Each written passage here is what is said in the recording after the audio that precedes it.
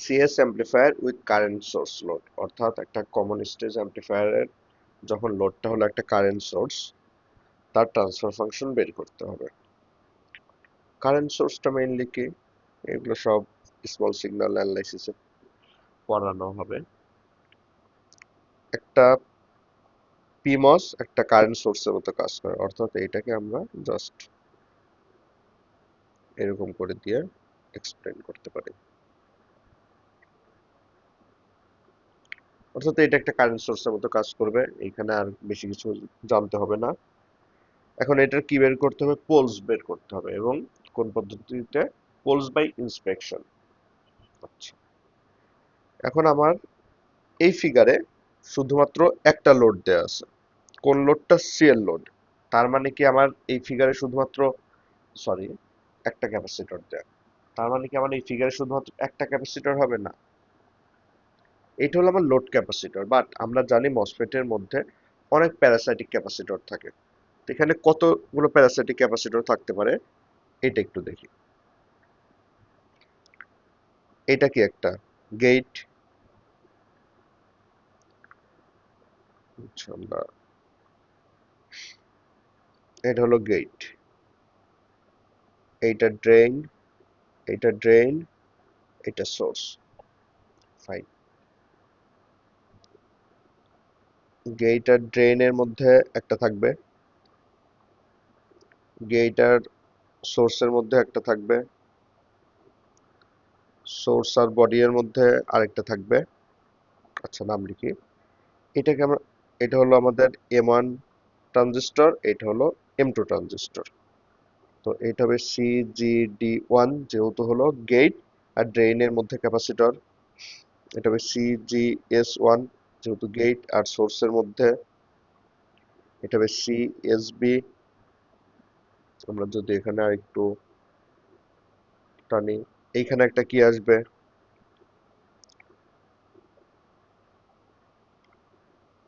CDB। ওকে,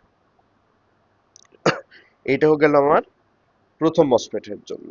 অর্থাৎ প্রথম মসফেটের জন্য আমরা গেট থেকে ড্রেইনের মধ্যে একটা ক্যাপাসিটর দিলাম, এইটা। গেট থেকে সোর্সের মধ্যে একটা দিলাম, এইটা।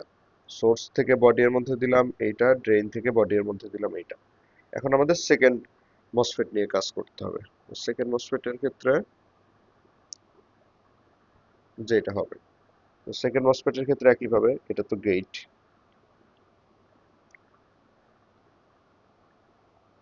এটা তো গেট, তো গেট আর ড্রেইনের মধ্যে একটা আসবে।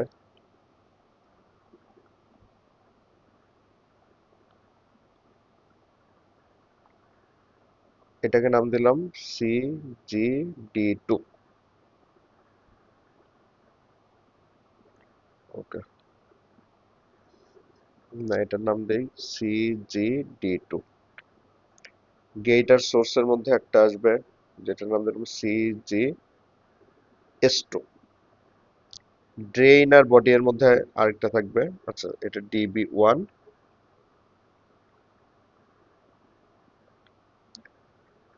DB1।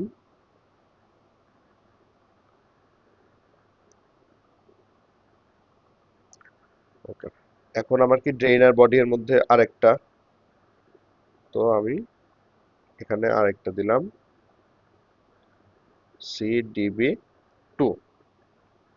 আরেকটা কি হবে, এই সোর্স থেকে বডিতে,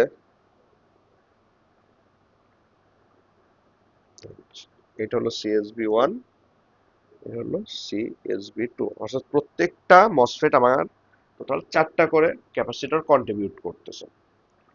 আবার দেখি কি কি। গেট থেকে ড্রেইন একটা, এইটা একটা, গেট থেকে সোর্স একটা, এইটা একটা, সোর্স থেকে বডিতে একটা, এইটা একটা, ড্রেইন থেকে বডিতে একটা। তো আমার এখন এই ফিগারে টোটাল 9টা মসফেট আছে। প্রত্যেকটা মসফেট তার প্যারাসাইটিক ক্যাপাসিটর চারটা করে দিচ্ছে, এবং যেহেতু দুইটা ট্রানজিস্টর, তাহলে টোটাল 8টা, আর একটা হলো আমাদের লোড ক্যাপাসিটর। এখন এই প্রত্যেকটা ক্যাপাসিটর কি আমার পোলের ফ্রিকোয়েন্সিতে কন্ট্রিবিউশন করবে? করবে না, কারণ আমরা জানি কোনো মসফেটের এটা একটা যদি মসফেট হয়, বোথ সাইডে যদি গ্রাউন্ড, ভিসিসি অথবা গ্রাউন্ড, অর্থাৎ যদি এরকম হয় বোথ সাইডে ভিসিসি অথবা গ্রাউন্ড, যদি এরকম হয় তাহলে ওই মসফেটটা ইনভ্যালিড হয়ে যায়। এখন আমরা দেখি এরকম কিছু মসফেট। প্রথমে আমরা এখান থেকে শুরু করি। এই সোর্স কানেক্টেড কোথায়? গ্রাউন্ডে। এই বডিও কানেক্টেড কোথায়? গ্রাউন্ডে। তাহলে এটা বাতিল, যেহেতু বোথ সাইড আমার গ্রাউন্ড কানেক্টেড। এরকম আর কোথায় আছে? এখানে দেখি সিএসবি টু, এখানে সোর্স কানেক্টেড ভিডিডিতে, বডি কানেক্টেড গ্রাউন্ডে। তাহলে এটাও বাতিল, কারণ বোথ সাইডে আমার হলো ভোল্টেজ সোর্স দেয়া। তাহলে এখন আমাদের এই ফিগারটা কেমন হবে যদি আমরা ড্র করি আবার?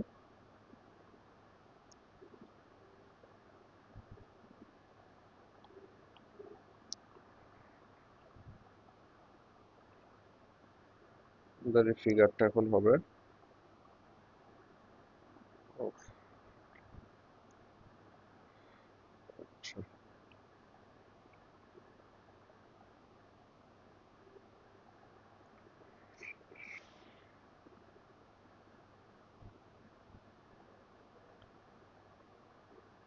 Okay fine.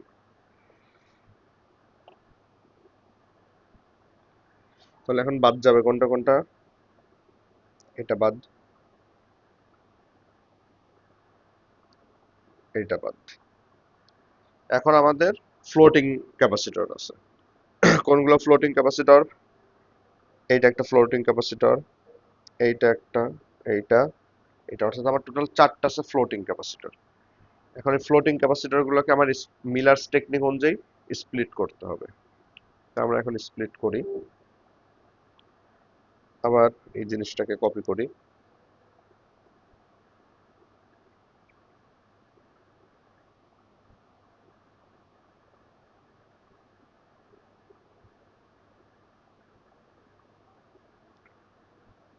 ওকে, এটাকে মুছে নেই।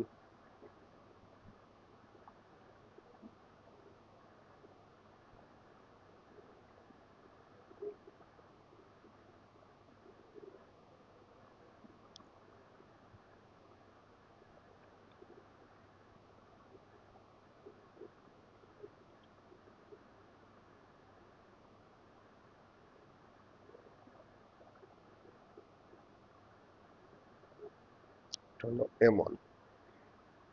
ওকে, আমার এখন কি হবে আমরা এখন দেখি।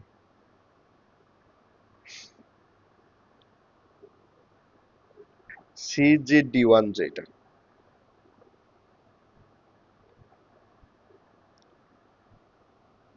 এই ক্যাপাসিটরের এক সাইডে ছিল G1, আরেক সাইডে ছিল D1। এটাকে যদি গেট 1 ধরি, এটাকে যদি D1 ধরি আর কি, তো এটা তো স্প্লিট হবে। এখানে G1, এখানে গ্রাউন্ড, এটাকে CGD1 প্রাইম দিলাম। আরেকটা শুরু হবে কোথায়? D1 থেকে, শেষ কোথায়? গ্রাউন্ডে। এটা হলো CGD1 ডাবল প্রাইম। এটা থেকে আমরা কি জানি? CGD1 প্রাইম মানে কি হবে? CGD1 minus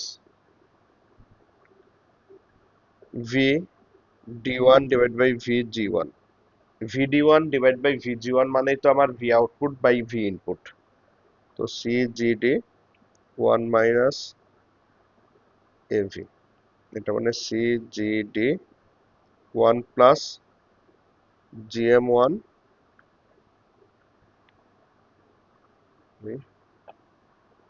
GM1 RD1।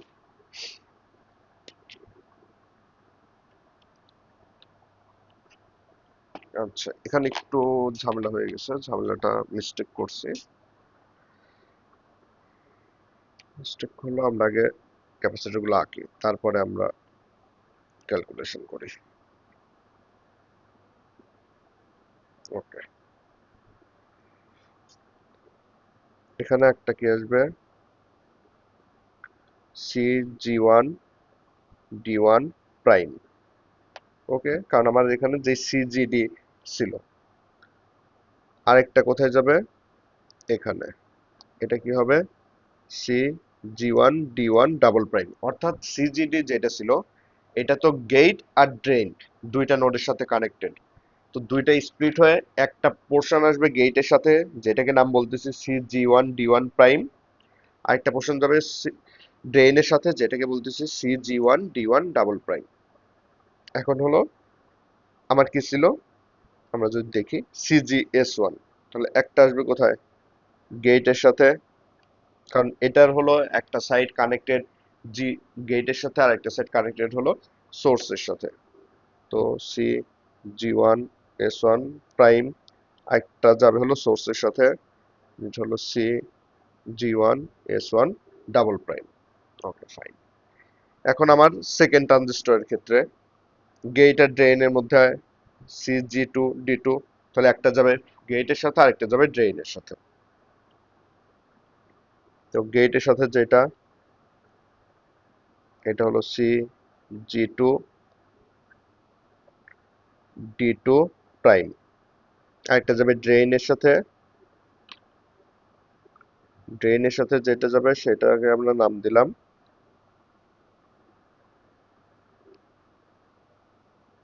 C G two D two double prime. Okay, এখন এটার সাথে আরেকটা কি আছে? সি জি এস টু অথবা C G two S two. Okay, তাহলে একটা যাবে গেটের সাথে, দিলাম গেটের সাথে, এটার নাম দিলাম C G two S two prime. আরেকটা যাবে সোর্সের সাথে, এটার নাম দিলাম C G two S two double prime. তাহলে এখন এতগুলা মসফেট চলে আসলো। কতগুলা মসফেট দেখি আমরা? 1 2 3 4 5 6 7 8 9 10 11, অর্থাৎ টোটাল 11টা ক্যাপাসিটর আছে। প্রত্যেকটা ক্যাপাসিটর কি আমার এখন পোলসের জন্য কন্ট্রিবিউশন করবে? না। এখন আমার কি হবে? অনেকগুলা ক্যান্সেল হয়ে যাবে। এখন দেখি কোনগুলা ক্যান্সেল হয়। আমরা প্রথম মসফেটের গেটে দেখি, এখানে মসফেটের সরি ক্যাপাসিটরের এক পাশে আছে গ্রাউন্ড, আরেক পাশে আছে হলো ইনপুট ভোল্টেজ। তাহলে এটাও বাতিল, এটাও বাতিল। এখানে আসি সোর্সের, এখানে সোর্সের যে ক্যাপাসিটর এটা বোথ সাইডে হলো গ্রাউন্ডের সাথে কানেক্টেড, তাই এটা বাতিল। এখন এখানে কি কোনোটা এরকম আছে এই জায়গাতে? না, কারণ এটা হলো একটা নোডের সাথে, বাকিটা হলো গ্রাউন্ডের সাথে, তাহলে এটা যা আছে তাই থাকবে। সেকেন্ড ট্রানজিস্টরের গেটে আসি, এখানে একইভাবে বায়াসিং আছে আর গ্রাউন্ডের মধ্যে, তাহলে এই দুইটা ধরে বাতিল। এটা সোর্সের সাথে ভিডিডি কানেক্টেড এবং ক্যাপাসিটর আরেক সাইড হলো গ্রাউন্ডের সাথে কানেক্টেড, তাহলে এটা বাতিল। তাহলে আমার বাতিল হয়ে যাচ্ছে একটা, দুইটা, তিনটা, 4 5 6, অর্থাৎ আমার টোটাল 11টা ক্যাপাসিটরের মধ্যে 6টা ক্যাপাসিটর বাতিল হয়ে যাচ্ছে। আমরা এখন দেখি এখন তাহলে আমাদের সার্কিটটা দেখতে কেমন হবে।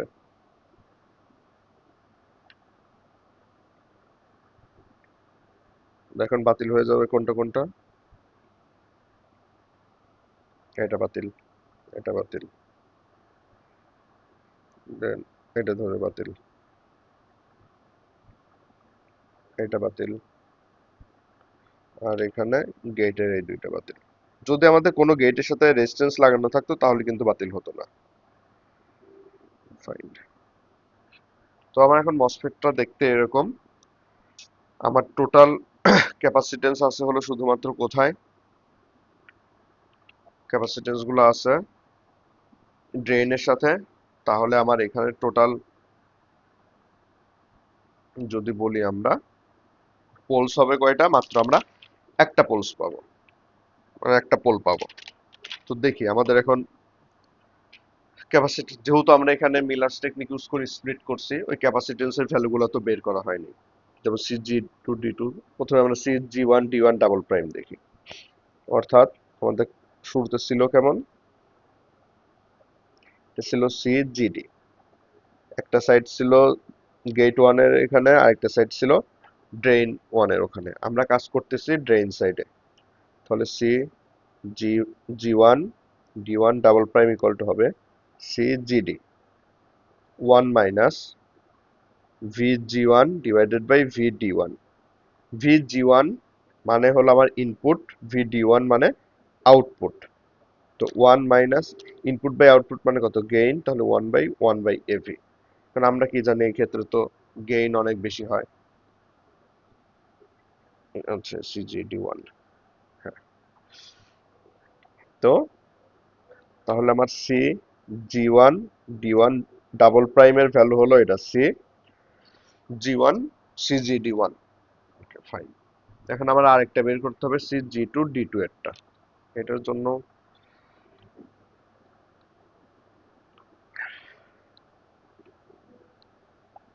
গেট 2 এর সাথে ড্রেন 2 এর সাথে, দেন CG2D2। তো আমরা ড্রেন সাইডের জন্য যেহেতু বের করতেছি, CG2D2 double prime equal to হবে CG2D2 1 মাইনাস VG2/VD2। ওকে, এখন একইভাবে এখানেও কি CG2D2 1 মাইনাস 1/AV, গেইন অনেক বেশি তাই শুধুমাত্র CG2D2।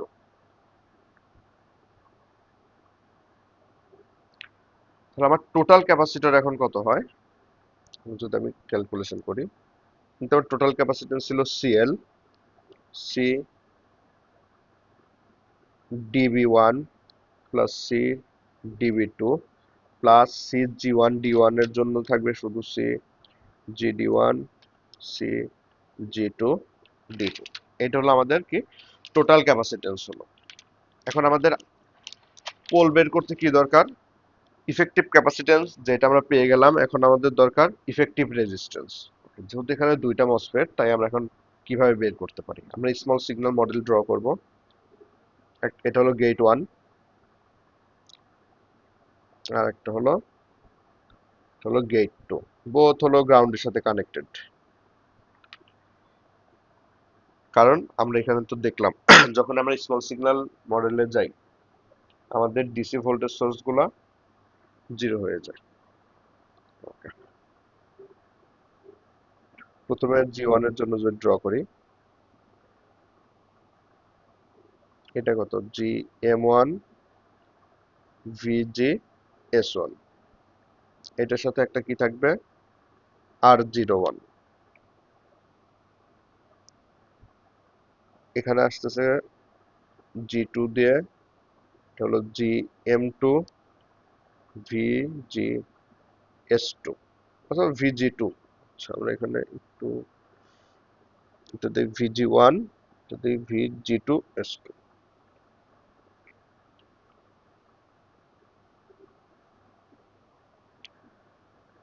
এইটা কি ড্রেইন, এটা সোর্স যেটা গ্রাউন্ডের সাথে, এটা সোর্স যেটা কিসের সাথে, গ্রাউন্ডের সাথে। আর এখান থেকে একটা রেজিস্ট্যান্স R02। এখন যখন আমরা আউটপুটটা বের করব, তার মানে কি এখানে VG2S2 VG1S1, যেহেতু আমাদের VG1 equal to VG2 equal to 0 or VS2 equal to 0 equal to VS1, তার মানে কি আমাদের VG1 S1 equal to VG2 S2 equal to 0। যেহেতু এইগুলা 0 হবে তাহলে কারেন্টগুলো কি হয়ে যাবে, 0। কারেন্টগুলো 0 মানে আমাদের এটা ওপেন হয়ে যাবে। এটা ওপেন হয়ে যাওয়া মানে আমার R01 R02 শুধুমাত্র এখন কিভাবে থাকবে, প্যারালাল থাকবে। আর আমার আউটপুট হলো এটা, আমরা দেখি। এটা হলো R01, হলো R02, এগুলা গ্রাউন্ডের সাথে। এটা হলো আমাদের ভি আউটপুট। তাহলে আমাদের আর আউটপুট হবে R01 প্রপোর্শনাল টু R02। তাহলে আমরা বলতে পারি আমাদের omega 1 equal to 1 divided by R01 proportional to R02 into আমাদের ক্যাপাসিটরের ভ্যালু কত ছিল, CL plus C DB one plus C DB two plus C G one D one plus C G two D two. এইটা হলো আমাদের একটা CS amplifier with current source লোডের একটা, কি বলতে পারি আমরা, এটা পোলস। এখন আমার যদি ট্রান্সফার ফাংশন বলে, তো ট্রান্সফার ফাংশন মানে হলো উপরে জিএম আরডি, বাট এখানে তো আরডি নেই, এই ক্ষেত্রে যদি আমরা দেখতে চাই, তাহলে আমরা যদি দেখি এই ক্ষেত্রে হলো, আচ্ছা জিএম আর01 আর02, আরডি এর দরকার নেই এখানে, এখানে হলো আর01 proportional to R02 আর divided by 1 plus S divide by omega 1। এটা হলো আমাদের ভ্যালু, আর এটাই হলো আমাদের ডিজায়ার্ড রেজাল্ট।